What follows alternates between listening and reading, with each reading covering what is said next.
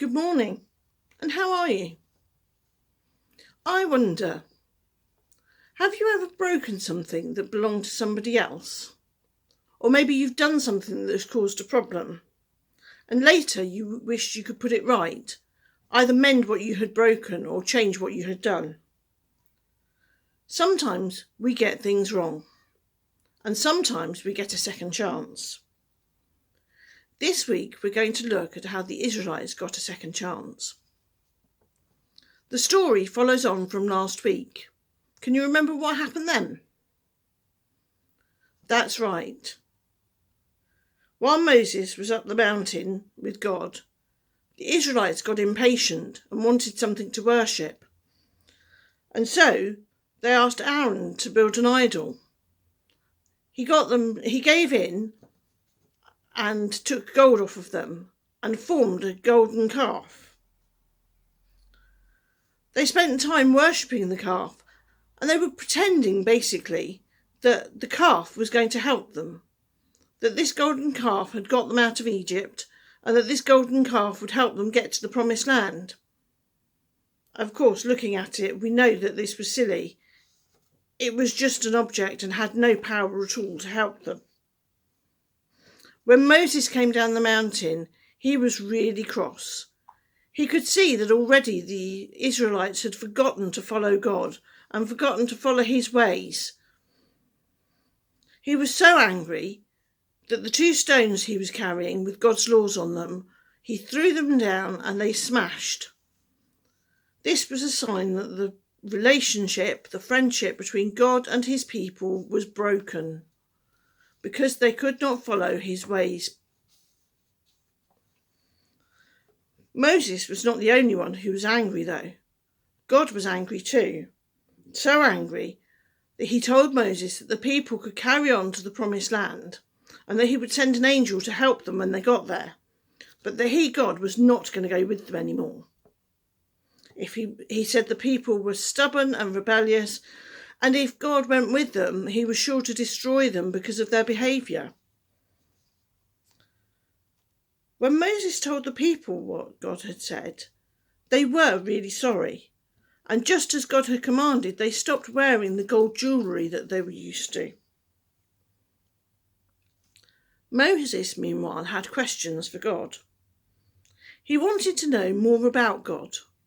He wanted to know more of God's presence and the relationship with the Israelites. But he was also bold enough to remind God that the Israelite people belonged to him, to God. At this, God relents a little and says that he will go with Moses and grant Moses success. But once again, Moses points something out, that it is God's presence with his people that shows them to be different. And so, God agrees to give the Israelites a second chance. Moses then asks God if he might see him in his glorious presence. Now, Moses is not allowed to see God face to face. So as God comes across the mountain, he tucks Moses into the crack of a rock to protect him with his hand until his presence has gone by, and then he withdraws his hand and Moses can see the back of the Lord. When Moses comes down the mountain, there is a renewal of God's promise to the Israelite people. Moses has brought 2 new tablets with the law inscribed on them again by God. Again showing that God wants a relationship with his people, and a reminder of how they are to live for God.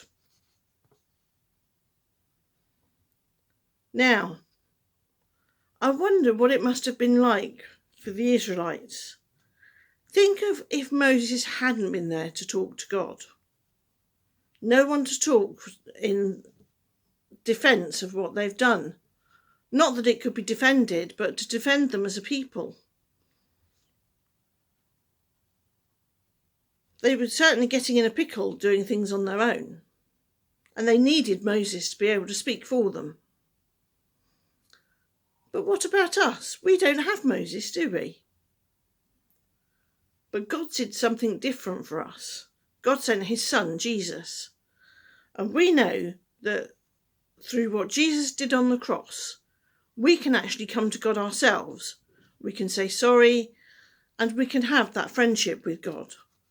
That we can have his presence with us that sets us apart.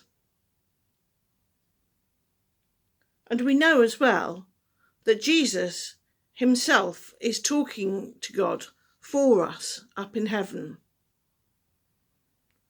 That's something very reassuring, I think, and a good thing to remember this week. I hope you've enjoyed the story. Take care. Bye.